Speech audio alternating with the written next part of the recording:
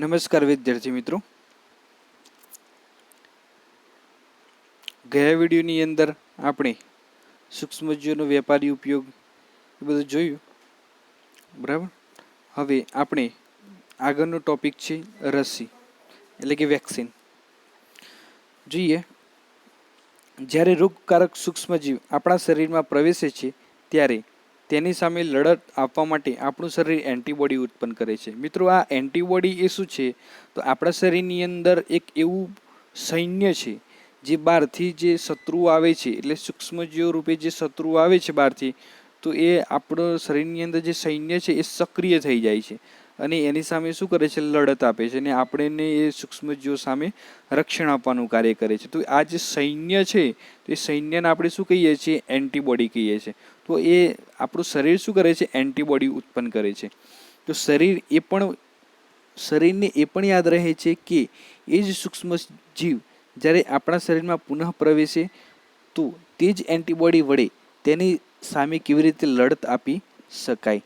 આથી જો મૃત અથવા નિષ્ક્રિય સૂક્ષ્મજીવોને સ્વચ્છ શરીરમાં દાખલ કરવામાં આવે તો શરીરના કોષો તેની સામે લડત આપવા એન્ટીબોડી ઉત્પન્ન કરીને હુમલો કરતા બેક્ટેરિયાને નષ્ટ કરે છે. તો મિત્રો, આ એક પદ્ધતિ છે. તો આ જે મૃત અથવા તો નિષ્ક્રિય સૂક્ષ્મજીવો છે એ સ્વચ્છ શરીરની અંદર નાખવામાં આવે તો આપણું શરીર શું કરે છે? એ સૂક્ષ્મજીવોને ઓળખી કાઢે છે અને એની સામે એન્ટીબોડી ઉત્પન્ન કરે છે. એન્ટીબોડી એટલે કે સૈન્ય ઉત્પન્ન કરે છે અને એની સામે લડત આપે છે અને આપણને શું કરે છે? રોગો સામે રક્ષણ આપે છે. એ સૂક્ષ્મજીવોની બહારથી જે આવેલા સૂક્ષ્મજીવો છે એને નષ્ટ કરી નાખે છે, બરાબર. આ એન્ટીબોડી આપણા શરીરમાં હંમેશા માટે બનેલા રહે છે તથા રોગકારક સૂક્ષ્મજીવથી આપણો બચાવ કરે છે. આ પ્રકારે રસી કાર્ય કરે છે.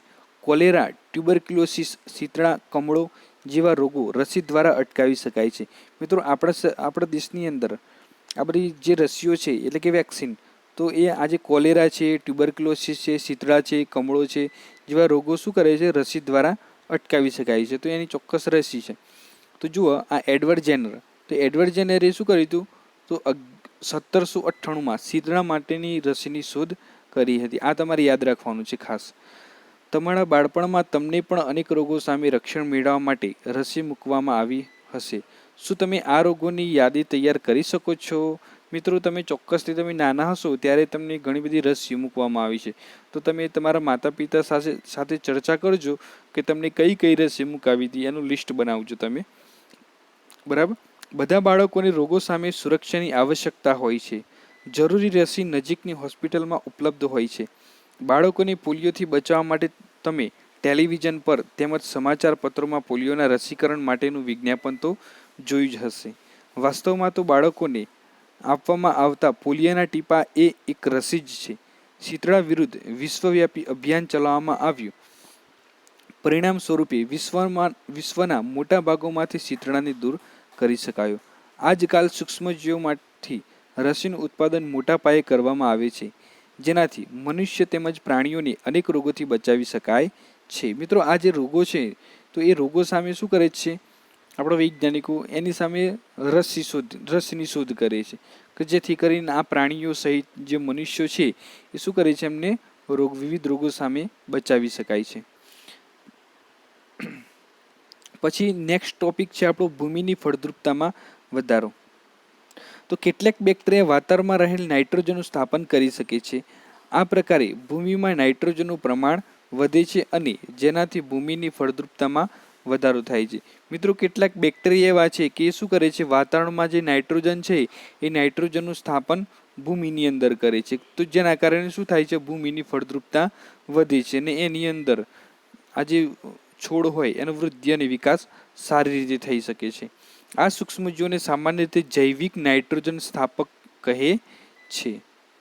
જુઓ, આકૃતિની અંદર તમને નાઇટ્રોજન સ્થાપક સાયનોબેક્ટેરિયા છે, બરાબર. પર્યાવરણનું શુદ્ધિકરણ.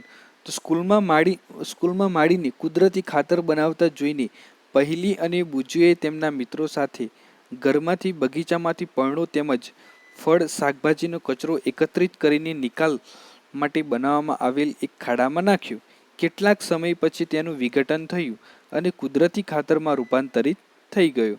પહેલી અને બુજો જાણવા માગે છે કે આ કેવી રીતે થઈ શક્યું. તો મિત્રો આ જે કચરો છે, ફળ છે, શાકભાજી છે, એ બધો કચરો એકત્રિત કરી અને નિકાલ માટે શું કર્યું, ખાડાની અંદર નાખ્યું. હવે ખાડાની અંદર નાખ્યું પછી એનું વિઘટન થઈ ગયું. તો પહેલી અને બુજો વિચાર કરે છે કે આ કેવી રીતે થયું. તો મિત્રો કેવી રીતે થયું હશે કે એની અંદર શું હોય છે, સૂક્ષ્મજીવો હોય છે, એટલે કે બેક્ટેરિયા હોય છે. તો એ બેક્ટેરિયા દ્વારા એમનું શું થાય છે, વિઘટન થાય છે. બરાબર. હવે જુઓ પ્રવૃત્તિ 2.5. 2 કુંડા લઈને પ્રત્યેકની માટીથી અડધા ભરી દો. તેને એ અને બી નામ નિર્દેશિત કરો. એ કુંડામાં વનસ્પતિનો કચરો ભરો તથા બી કુંડામાં પોલિથીન કોથળી, કચરાની ખાલી બોટલો તથા પ્લાસ્ટિકના તૂટેલા રમકડા ભરો. તેને એક બાજુ રાખી દો અને 3-4 અઠવાડિયા પછી તેનું અવલોકન કરો. હવે તમે આનું અવલોકન કરશો ને તો તમને કુંડા એની અંદર જે વનસ્પતિ કચરો છે એ તમને નહીં દેખાય, કેમ કે એનું વિઘટન થઈ ગયું હશે. જ્યારે પેલો જે કચરો છે પોલિથીન વાળો અને પ્લાસ્ટિક વાળો, એ કચરાનું વિઘટન થયું નહીં હોય. તો મિત્રો આવું કેમ થાય છે, તો પેલું જે વનસ્પતિ જે કચરો છે એનું શું થાય છે, બેક્ટેરિયા દ્વારા, એટલે કે બેક્ટેરિયાનું વિઘટન કરી શકે છે, પરંતુ પેલું જે કચરો છે એનું બેક્ટેરિયા વિઘટન કરી શકતા નથી. બરાબર મિત્રો. તો આ ખાસ યાદ રાખજો. પછી જુઓ આગળ, શું તમને ધ્યાન આવ્યું કે કુંડા બીમાં પોલિથીનની થેલી, કચરાની ખાલી બોટલો તથા રમકડાના ટુકડાઓમાં કોઈ પણ પ્રકારનું પરિવર્તન જોવા મળ્યું નથી. સૂક્ષ્મજીવો તેના ઉપર કાર્ય કરીને કુદરતી ખાતરમાં રૂપાંતરિત કરી શકતા નથી. તમે આવનાર જમીન પર સડતી વનસ્પતિ અને મૃત પ્રાણીઓના સ્વરૂપે મૃત કાર્બનિક દ્રવ્યનો મોટો જથ્થો જોયો હશે. તમે જોશો કે તે કેટલાક સમય પછી લુપ્ત થઈ જાય છે. તેનું મુખ્ય કારણ છે કે સૂક્ષ્મજીવો વનસ્પતિના મૃત જૈવિક કાર્બનિક કચરાને તથા મૃત પ્રાણીઓને સરળ પદાર્થોમાં ફેરવે છે. હવે મિત્રો તમે અવારનવાર જોતા હશો, સડતી વનસ્પતિ અથવા તો પ્રાણીઓના મૃતદેહો હોય એ જમીન પર તમે જોયા હશે. પછી શું થાય છે, એ થોડાક લગભગ 1 મહિના પછી લુપ્ત થઈ જાય છે, તમને જોવા મળતા નથી. તો એ બધું શું થયું હશે એનું, તો આ જે વનસ્પતિ કચરો અને પ્રાણીના મૃતદેહો છે તો એમનું શું થાય છે, બેક્ટેરિયા દ્વારા વિઘટન થાય છે. બરાબર. આ પદાર્થ અન્ય વનસ્પતિઓ તથા પ્રાણીઓ દ્વારા પુનઃ ઉપયોગમાં લેવામાં આવે છે. આ પ્રકારે હાનિકારક તેમજ દુર્ગંધ મારતા પદાર્થોના વિઘટન માટે સૂક્ષ્મજીવોનો ઉપયોગ કરીને પર્યાવરણને શુદ્ધ કરી શકાય છે. બરાબર. તો મિત્રો આ જે કાર્બનિક કચરો છે, કાર્બનિક કચરાની અંદર વનસ્પતિ જ કચરો અને પ્રાણી જ કચરો એ બધું આવી જાય એની અંદર. પ્રાણી જ કચરો એટલે કે પ્રાણીઓના જે છાણ છે, પછી એમના મૃતદેહો છે, પછી વનસ્પતિ કચરો એટલે વનસ્પતિના જે છાલ છે અથવા તો એના મૃતદેહો છે. તો એ બધા શું થાય છે, બેક્ટેરિયા દ્વારા એનું વિઘટન થઈ જાય છે. તો એ રીતે આપણને પર્યાવરણ સ્વચ્છ રાખવામાં આ સૂક્ષ્મજીવો મદદ કરતા હોય છે. બરાબર. તો મિત્રો હવે આ તો થયું આપણે ઉપયોગી સૂક્ષ્મજીવો થયા. હવે હાનિકારક સૂક્ષ્મજીવો વિશે આપણે જોવાનું છે. તો જોઈએ હાનિકારક સૂક્ષ્મજીવો. સૂક્ષ્મજીવો અનેક રીતે હાનિકારક હોય છે. કેટલાક સૂક્ષ્મજીવો મનુષ્ય, પ્રાણીઓ તેમજ વનસ્પતિમાં રોગો ઉત્પન્ન કરે છે. રોગ ઉત્પન્ન કરતા આવા સૂક્ષ્મજીવોને રોગકારક સૂક્ષ્મજીવો કહે છે. તો આ ખાસ તમારે યાદ રાખવાનું છે. રોગ ઉત્પન્ન કરતા સૂક્ષ્મજીવોને શું કહેવાય છે, તો રોગકારક સૂક્ષ્મજીવો. કેટલાક સૂક્ષ્મજીવો ખોરાક, કપડાં તેમજ ચામડાની વસ્તુઓને બગાડે છે. ચાલો તેમની નુકસાનકારક પ્રવૃત્તિ વિશે વધુ જાણીએ. તો જુઓ, મનુષ્યમાં રોગકારક સૂક્ષ્મજીવો. તો મનુષ્યમાં રોગકારક સૂક્ષ્મજીવો શ્વાસ લેવાતી હવા દ્વારા, પીવાલાયક પાણીમાંથી અથવા ખોરાક દ્વારા શરીરમાં પ્રવેશ મેળવે છે. સંક્રમિત વ્યક્તિ અથવા પ્રાણીના સીધા સંપર્કમાં આવવાથી તે રોગનો ફેલાવો થઈ શકે છે. સૂક્ષ્મજીવો દ્વારા થતા આવા રોગો જે એક સંક્રમિત વ્યક્તિમાંથી બીજી સ્વચ્છ વ્યક્તિમાં હવા, પાણી, ખોરાક અથવા ભૌતિક સંપર્ક દ્વારા ફેલાય છે, તેને ચેપી રોગો કહે છે. તો મિત્રો આ જે સૂક્ષ્મજીવો છે તો એ સૂક્ષ્મજીવો આપણા શરીરની અંદર પ્રવેશે છે કેવી રીતે, તો એ હવા દ્વારા, પછી પીવાલાયક પાણીમાંથી અથવા તો ખોરાક દ્વારા શરીરમાં પ્રવેશ મેળવે છે. જો આપણને ગંદુ પાણી પીવામાં આવ્યું હોય તો એના દ્વારા પણ સૂક્ષ્મજીવો આપણા શરીરની અંદર પ્રવેશી જતા હોય છે. અથવા તો આપણે બહારનો જે ખોરાક છે એ ખોરાક ખાઈએ છીએ તો એ ખોરાક દ્વારા પણ ફેરવાય છે. બીજું કેવી રીતે પ્રવેશે છે, તો કોઈ સંક્રમિત વ્યક્તિ હોય તો એ સંક્રમિત વ્યક્તિ શું કરે છે, બીજી વ્યક્તિની અંદર એ રોગ ફેલાવી શકે છે અથવા સૂક્ષ્મજીવો ફેલાવી શકે છે. હવે આ જે સંક્રમણ દ્વારા ફેલાય છે એટલે કે ભૌતિક સંપર્ક દ્વારા. ભૌતિક સંપર્ક દ્વારા જે સંક્રમણ થાય છે, સૂક્ષ્મજીવો ફેલાય છે અને એના દ્વારા જે રોગ થાય છે તો એને આપણે શું કહીએ છીએ? ચેપી રોગો કહીએ છીએ. બરાબર. તો આવા રોગોના કેટલાક ઉદાહરણ છે, જેમ કે કોલેરા છે, શરદી છે, શીતળા અને ટ્યુબરક્યુલોસિસ છે. હવે મિત્રો કોઈને શરદી થઈ હોય અને આપણે એની જોડે બેસીએ અથવા તેનો ભૌતિક સંપર્ક કરીએ તો આપણને પણ શરદી થાય છે. એવા કેટલાક ઉદાહરણો તમે જોયા હશે. તો એને ચેપી રોગ કહેવામાં આવે છે. જ્યારે શરદીથી પીડાતી વ્યક્તિ છીંક ખાય છે તો સૂક્ષ્મ બુંદોની સાથે હજારો રોગકારક વાયરસ હવામાં ફેલાય છે. આ વાયરસ શ્વાસ દ્વારા લેવામાં આવતી હવા દ્વારા શરીરમાં પ્રવેશ કરે છે અને ચેપ ફેલાવે છે. કેટલાક કીટકો તથા પ્રાણીઓ એવા પણ છે જે રોગકારક સૂક્ષ્મજીવોના વાહકનું કાર્ય કરે છે. ઘર માખી તેનું એક ઉદાહરણ છે. માખી કચરા અને પ્રાણીના મળ ઉપર બેસે છે. રોગકારક સૂક્ષ્મજીવો તેના શરીર પર ચોંટી જાય છે. જ્યારે માખી ઢાંક્યા વગરના ખોરાક પર બેસે છે ત્યારે આવા સૂક્ષ્મજીવોનું સ્થળાંતર સંભવ બને છે. મિત્રો, આ જે માખી છે તો એ માખી શું કરે છે? એક જગ્યાએ બેસે, બરાબર, ગંદી જગ્યાએ બેસે, પછી એ ગંદી જગ્યાથી કેટલાક સૂક્ષ્મજીવોના પગ ઉપર ચોંટી જાય છે અને એ જ માખી જો શુદ્ધ ખોરાક ઉપર બેસે તો પછી એ સૂક્ષ્મજીવો પાછા ખોરાકની અંદર ભળી જાય છે. તો આ રીતે સૂક્ષ્મજીવોનું સ્થળાંતર થતું હોય છે. જે પણ વ્યક્તિ આવા પ્રદૂષિત ખોરાકને ખાય છે તેની બીમાર પડવાની સંભાવના વધી જાય છે. એટલે સલાહ પણ આપવામાં આવે છે કે ખોરાકને હંમેશા ઢાંકેલો રાખવો જોઈએ. ઢાંક્યા વગરનો ખોરાક ખાવાનું ટાળવું જોઈએ.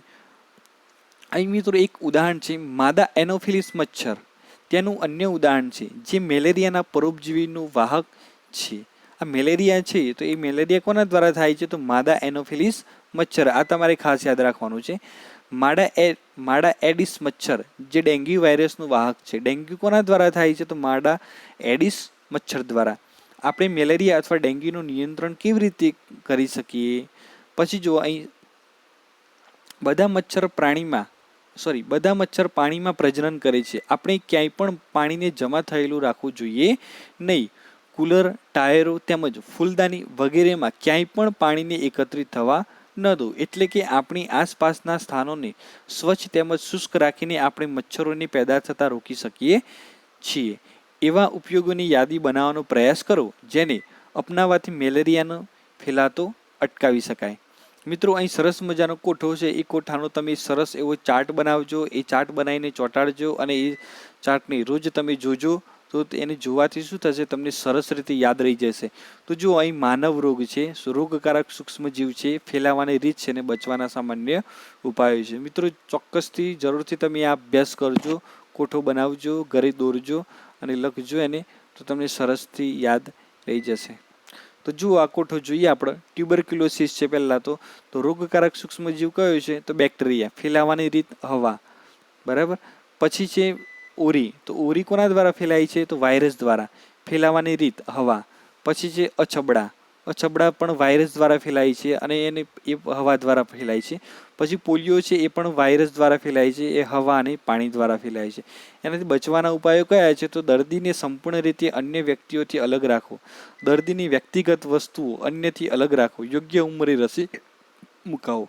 પછી બીજું છે કોલેરા. તો એ કોલેરા કોના દ્વારા થતો રોગ છે? તો બેક્ટેરિયા દ્વારા. કોના દ્વારા ફેલાય છે? તો પાણી અને ખોરાક દ્વારા. પછી છે ટાઇફોઇડ. તો એ પણ બેક્ટેરિયા દ્વારા થતો રોગ છે. એ પણ પાણી દ્વારા ફેલાય છે. તેના બચવાના ઉપાયો કયા છે? તો વ્યક્તિગત સ્વચ્છતા રાખો તેમજ તે માટેની ટેવો કેળવો. યોગ્ય રીતે રાંધવામાં આવેલો ખોરાક ખાઓ અને ઉકાળેલું પાણી પીવું અને રસી મુકાવી. પછી છે હિપેટાઇટિસ એ. તો એ પણ વાયરસ દ્વારા ફેલાય છે અને કોના દ્વારા? વાયરસ દ્વારા થતો રોગ છે અને ફેલાય છે કોના દ્વારા? તો પાણી દ્વારા. તો એનાથી બચવા માટે શું કરવું જોઈએ આપણે? તો ઉકાળેલું પાણી પીવું અને રસી મુકાવી. બીજું છે મેલેરિયા. તો એ કોના દ્વારા થતો રોગ છે? તો પ્રજીવ, બરાબર. અને ફેલાવાની રીત તો કોના દ્વારા ફેલાય છે? તો મચ્છર દ્વારા. તો એનાથી બચવા માટે શું કરવું જોઈએ આપણે? મચ્છરદાનીનો ઉપયોગ કરો, મચ્છર ભગાડવાના રસાયણો વાપરો, કીટનાશકનો છંટકાવ કરો, આજુબાજુ ભરાયેલ પાણીને દૂર કરી મચ્છરોને પ્રજનન કરતા અટકાવો. તો જુઓ, મનુષ્યમાં થતા કેટલાક સામાન્ય રોગો, તેનો ફેલાવો તથા અટકાવવાના કેટલાક ઉપાયો કોષ્ટકમાં દર્શાવવામાં આવેલ છે. રોગ ઉત્પન્ન. પછી બીજું જોઈએ મિત્રો, આપણે નેક્સ્ટ થિયરી આપણે જોઈએ.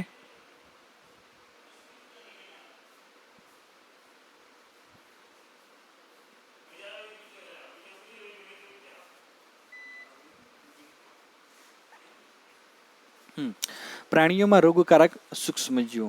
અનેક સૂક્ષ્મજીવો માત્ર મનુષ્ય તેમજ વનસ્પતિમાં જ રોગના કારક નથી, પરંતુ તે બીજા પ્રાણીઓમાં પણ રોગો ઉત્પન્ન કરે છે. ઉદાહરણ તરીકે એન્થ્રેક્સ મનુષ્ય તેમજ ઢોરમાં થતો ગંભીર રોગ છે. મિત્રો આ ખાસ યાદ રાખવાનું છે તમારે. એન્થ્રેક્સ તો એ કોની અંદર થાય છે? તો મનુષ્ય તેમજ ઢોરમાં થતો ગંભીર રોગ છે, જે બેક્ટેરિયા દ્વારા થાય છે. ઢોરમાં ફૂટ અને માઉથ ડિસીઝ વાયરસ દ્વારા થાય છે. મિત્રો આ પણ ખાસ યાદ રાખવાનું છે. ઢોરમાં કેવી રીતે?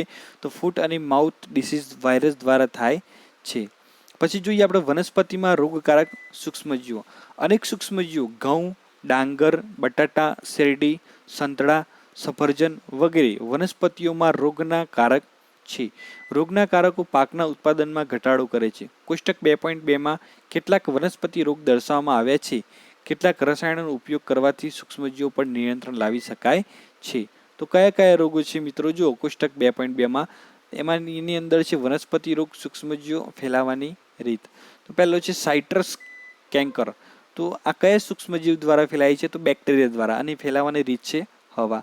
પછી બીજું છે ઘઉંનો રસ્ટ. તો એ કોના દ્વારા ફેલાય છે? કયો સૂક્ષ્મજીવ છે? ફૂગ. અને એના ફેલાવાની રીત છે હવા અને બીજ. પછી છે ભીંડાનો પિત્ત ઓકરા. એ વાયરસ દ્વારા ફેલાય છે અને ફેલાવાની રીત છે કીટક. બરાબર. ખોરાક વિષાક્તન એટલે કે ઝેરી અથવા તો વિષયુક્ત. તો બુજોના મિત્રએ તેને એક પાર્ટીમાં આમંત્રિત કર્યો. ત્યાં તેણે અનેક પ્રકારના ભોજન આરોગ્યા. ઘરે પહોંચીને તેને ઉલટી થવા લાગી. તેને હોસ્પિટલમાં લઈ જવામાં આવ્યો. ડૉક્ટરે જણાવ્યું કે તેને ખોરાક વિષાક્તન થવાના કારણે આ પરિસ્થિતિનું નિર્માણ થયું છે. ખોરાક વિષાક્તન એટલે કે દૂષિત ખોરાક, ઝેરી ખોરાક. સૂક્ષ્મજીવો દ્વારા દૂષિત કરવામાં આવેલો ખોરાક દ્વારા થાય છે. ક્યારેક ક્યારેક વિષકારક પદાર્થ ઉત્પન્ન થાય છે, જે ખોરાકને વિષયુક્ત બનાવી દે છે. વિષયુક્ત એટલે કે ઝેરી બનાવી દે છે, જેનો આહાર તરીકે ઉપયોગ કરવાથી વ્યક્તિ ગંભીર બીમાર થઈ જાય છે, અથવા ક્યારેક તો તેનું મૃત્યુ પણ થઈ શકે છે. આથી ખોરાકને દૂષિત થતું અટકાવવો જોઈએ. તો મિત્રો આટલે સુધી આપણે રાખીએ છીએ આજે. નેક્સ્ટ થિયરી આપણે નેક્સ્ટ લેક્ચરની અંદર જોઈશું. અસ્તુ.